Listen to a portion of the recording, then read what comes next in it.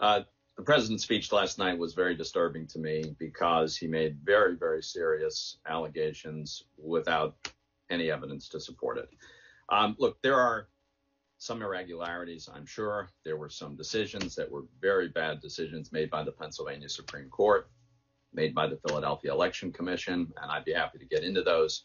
But to answer your question directly, I am not aware of any significant fraud, any significant wrongdoing. If it's happened, then the evidence needs to come out. We need to go to court. We need to punish the wrongdoers. We need to redress whatever went wrong.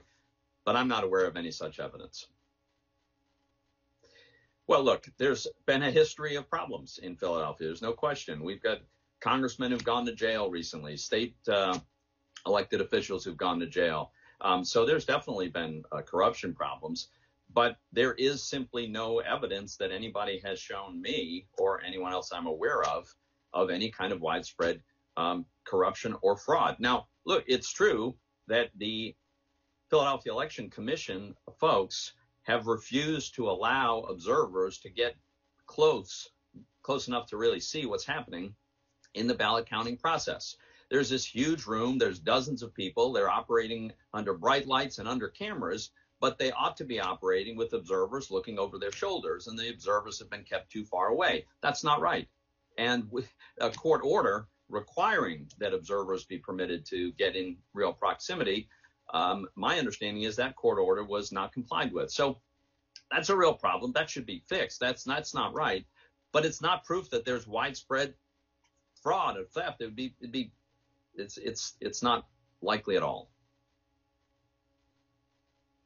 Well, look, what I've said is we have got to let this process play out. Sure, it's taken a long time because we have a staggering number of mail-in ballots, and we have not had the infrastructure to deal with that rapidly.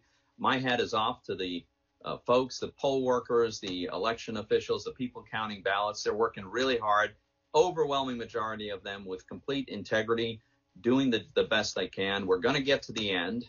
And, I voted for President Trump. I endorsed President Trump. I want the next president to be the person who legitimately wins the Electoral College, and I will accept whoever that is. That's the way I think we need to approach this. Yeah, you can't win an election until the votes have been counted. And so we've got to finish this process. We've got to count. And by the way, that includes recounts. That's a legitimate part of the process if the outcome is close enough. It typically includes some litigation. For instance, the Pennsylvania Supreme Court completely illegally and unconstitutionally rewrote the rules. And so there are ballots that really should not be counted. But my understanding is those have been segregated in Pennsylvania. We know which ones they are. That'll probably get litigated, especially if it could affect the outcome. But those are discrete things that we know about. If there's some massive fraud or other wrongdoing, someone needs to produce the evidence and go into a courtroom.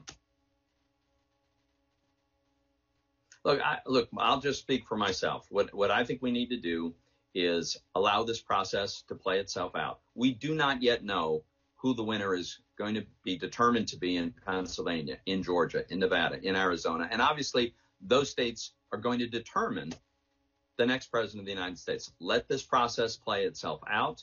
We should remain vigilant in case there is any wrongdoing that needs to be corrected. But we've got a process that works. Let's finish it out.